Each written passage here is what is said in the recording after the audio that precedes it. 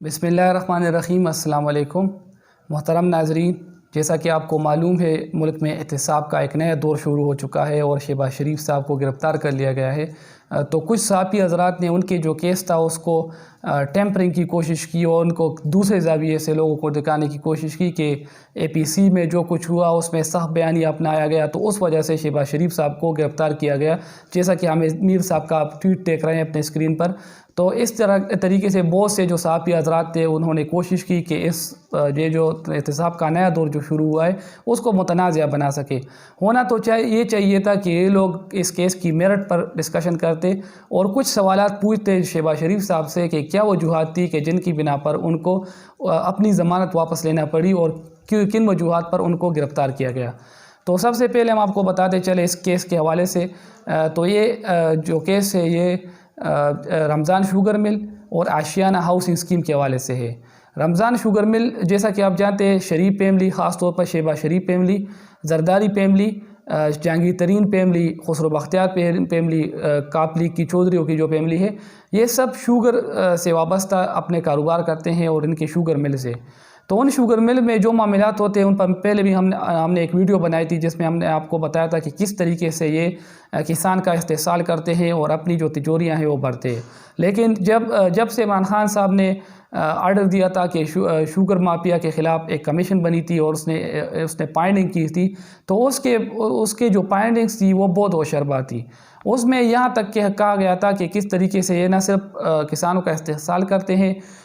कौमी ख़जाने में टैक्स जमा नहीं करते जो मुकर्रर हद होती है, उसके अलावा ये कौमी ख़जाने से सब्सिडी लेते हैं और सबसे बड़ी जो बात है तो ये इसी पैसों को बाहर ममालिक में मनी लॉन्ड्रिंग के ज़रिए ट्रांसफ़र करते हैं। तो कुछ सवालात है जो शहबाज शरीफ साहब से बनते हैं कि 1990 से पहले से जब इनका जो ख़ानदान था वो कारोबार से वाबस्ता था इनके बकौल, तो 1990 में इनके जो कुल असासे थे वो 23 लाख क्यों थे? सिर्फ़ और सिर्फ उनके जो सब असासे थे वो 23 लाख थे। उसके बाद 2018 में जो इनके असासे शो किए गए हैं वो 7.5 अरब रुपए हैं। तो ये किस तरह कौन सी जादू की चड़ी थी जिसको घुमाकर इन्होंने इन मुख्तसर दौर में 7 अरब तक इनके असासे पहुंच चुके हैं। इसके अलावा सबसे बड़ी जो बात है तो इनको क्या ज़रूरत पेश आई कि इनके जो वज़ीर आला सेक्रेटरीट के मुलाजिमीन थे उनके नाम से इन्होंने बेनामी अकाउंट्स खोले, उनके नाम से इन्होंने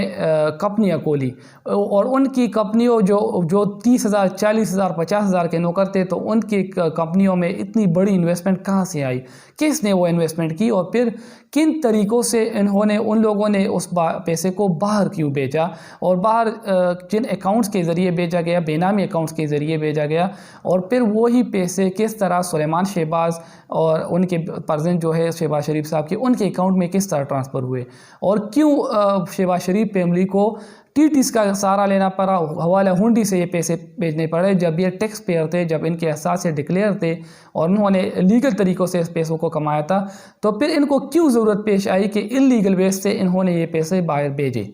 तो यही कुछ सवालात है जो शहबाज शरीफ साहब से बनते हैं। इसके अलावा ये जो केस था इसमें सबसे बड़ा जो किरदार था वो FIA ने अदा किया।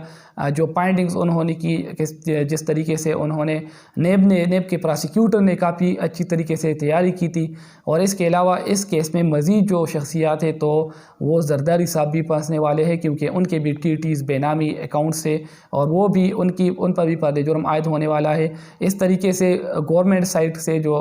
कनेक्शन था उनका जहांगीर तरीन साहब वो भी फंसने वाले हैं, उनको भी FIA ने इन्वाइट किया है और उनको चाय पर बुलाया है कि आए और कुछ सवालात के जवाब दे। तो वो तो अभी तक UK में है और छुपे हुए हैं, लेकिन एक ना एक दिन उनको भी आना पड़ेगा, उनको भी कुछ सवालात के जवाब देने पड़ेंगे कि किस तरीके से उन्होंने न सिर्फ किसान का इस्तेहसाल किया बल्कि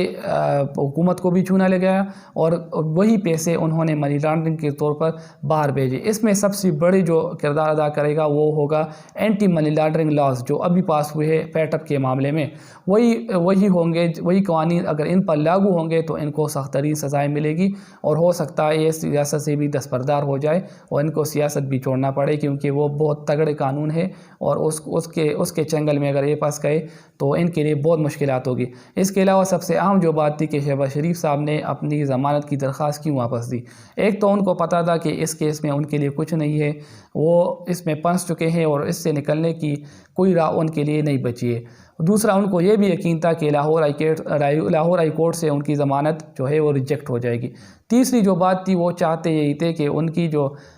لاہور ہائی کورٹ کا تفصیلی فیصلہ نہ آئے۔ اگر یہ کیس ہوتا اور ان کی ضمانت خارج کر دی جاتی تو پھر لاہور ہائی کورٹ کا تفصیلی فیصلہ آتا تو اس میں جو انکشافات ہوتے وہ میڈیا کے سامنے آتے تو ان کی مزید کردار کشی ہوگی تھی اور ان کو مزید ٹرائل کا سامنا کرنا پڑتا اور عوام کو بھی پتہ چل جاتا کہ کن طریقوں سے انہوں نے اس قوم کے ساتھ مذاق کیا ہے اور اس کو لوٹا ہے۔ شہباز شریف صاحب کو معلوم تھا کہ وہ پوری طرح پھنس چکے ہیں تو انہوں نے لاہور ہائی کورٹ سے اپنے ضمانت کی درخواست واپس لے لی۔ دوسری جانب نیب نے اچھی تیاری کی تھی اور شہباز شریف صاحب کے خلاف اہم ثبوت مل گئے ہیں۔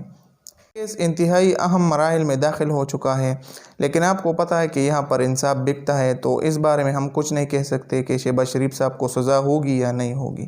اگر یہ دوسرے ممالک میں ہوتے تو یہ اب تک سزا پا چکے ہوتے، لیکن یہاں پر انصاف بکتا ہے تو اس بارے میں ہم کچھ نہیں کہہ سکتے کہ شہباز شریف صاحب کو سزا ہوگی یا نہ ہوگی۔ نواز شریف صاحب کے کیس آپ کے سامنے ہیں تو اس بارے میں ہم کچھ نہیں کہہ سکتے۔ بہت شکریہ، ہمارے چینل گلوئنگ پاکستان کو سبسکرائب کریں۔ اللہ حافظ۔